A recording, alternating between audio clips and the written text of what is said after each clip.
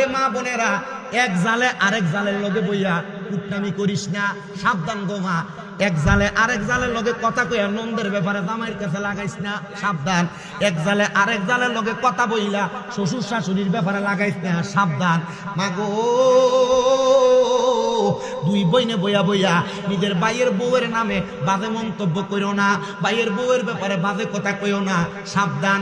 এই এলাকার শ্বশুর শাশুড়িরা, তোমরা এক জাল আরেক জালের লগে বইয়া পুতের বউয়ের নামেও মন্তব্য কইরো না, সাবধান। যদি সাবধান হইতে পারো, আল্লাহ দেখবা একদিন দুই দিন সংসারিক জ্বালা যন্ত্রণা দিয়া একটা সময় সংসারের ভিতরে এমন শান্তি দিব, সংসার জান্নাত হইয়া যাইব। কিন্তু যেই পরিবারের ভিতরে বউ শাশুড়ির দ্বন্দ্ব আছে, এটা পরিবার না, এটা জাহান্নাম।